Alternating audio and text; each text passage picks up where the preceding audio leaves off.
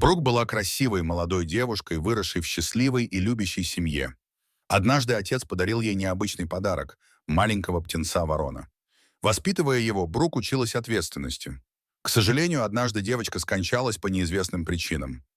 Во время ее похорон ворон сел на гроб, и именно тогда произошло нечто невероятное. Брук было всего 6 лет, но она была сильной, красивой и независимой.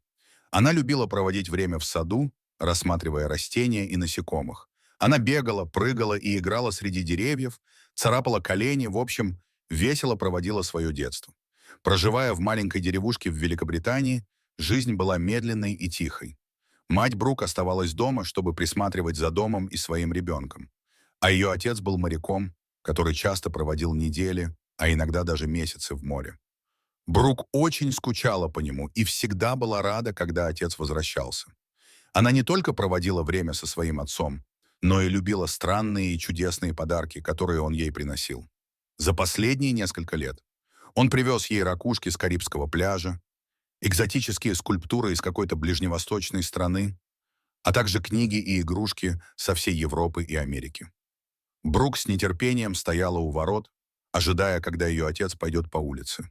На этот раз он отсутствовал 2 месяца и в любой момент должен был вернуться домой. Вдруг она увидела, что отец медленно идет по улице. Брук вскрикнула от радости и побежала к нему, бросившись в его объятия. Она крепко обняла его и поцеловала в щеку. Но кое-что она заметила. Подарка не было. Обычно папа сразу же протягивал ей какую-нибудь вещь в подарочной упаковке. Но не в этот раз. Именно тогда он опустился на колени и вложил что-то ей в руку. Она слегка подпрыгнула, почувствовав, как что-то дернулось в ее ладони, посмотрела вниз и увидела крошечного птенца. Отец сказал ей, что это была маленькая ворона. Он попросил ее защищать и ухаживать за ней, как за настоящим человеческим ребенком. Брук была смущена, но ее лицо посветлело, когда она поняла, какая большая ответственность лежит на ее плечах. В течение следующих нескольких недель Брук проводила все свое время с вороном. Она кормила его, давала ему пить и даже научила нескольким трюкам. Вороны очень умные птицы, и ее питомец быстро понял, чему его пыталась научить маленькая девочка. Птенец тоже начал расти и за несколько недель научился летать. Брук выносила его на улицу и с обожанием смотрела, как он парит в небе. Он мог легко улететь и никогда не вернуться, но он всегда находил дорогу к своей хозяйке. Было видно, что между девушкой и птицей была довольно сильная связь. Но однажды случилась трагедия. Находясь в саду, лежа под большим деревом, Брук внезапно перестала дышать и схватилась за горло.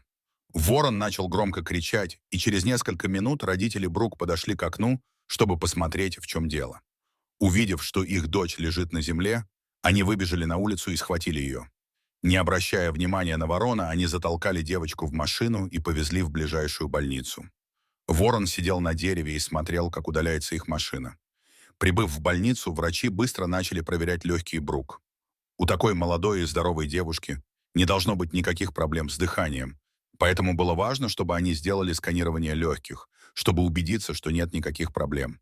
Времени практически не было, так как недостаток кислорода мог нанести серьезный и непоправимый ущерб. Все это время ее родители наблюдали за происходящим со слезами на глазах. Несмотря на все усилия доктора, к сожалению, Брук была объявлена мертвой. В это время ворон сидел за окном больничной палаты и продолжал стучать, но персонал решил отогнать его. В больнице не место для такой птицы. Его нельзя было впустить, даже если это было домашнее животное. Когда родители Брук ехали домой, ворон клюнул их машину, снова издав много шума. Пораженные горем люди проигнорировали его. Как только они вернулись домой и начали готовиться к похоронам, ворон продолжал пытаться привлечь их внимание. Но у них не было на это времени. Вскоре наступил день похорон Брук. Ее родители, родственники и друзья оплакивали маленькую девочку, неподвижно лежащую в своем маленьком гробу. Крышка была открыта, чтобы люди могли попрощаться. В гробу она выглядела такой хрупкой и невинной, словно была какой-то драгоценной фарфоровой куклой. Многие люди плакали, проходя мимо Брук, гладили ее лицо и целовали в щеку. Ворон сидел на соседнем дереве и наблюдал за происходящим. Время от времени он подлетал и кружил над собравшимися, издавая громкий звук.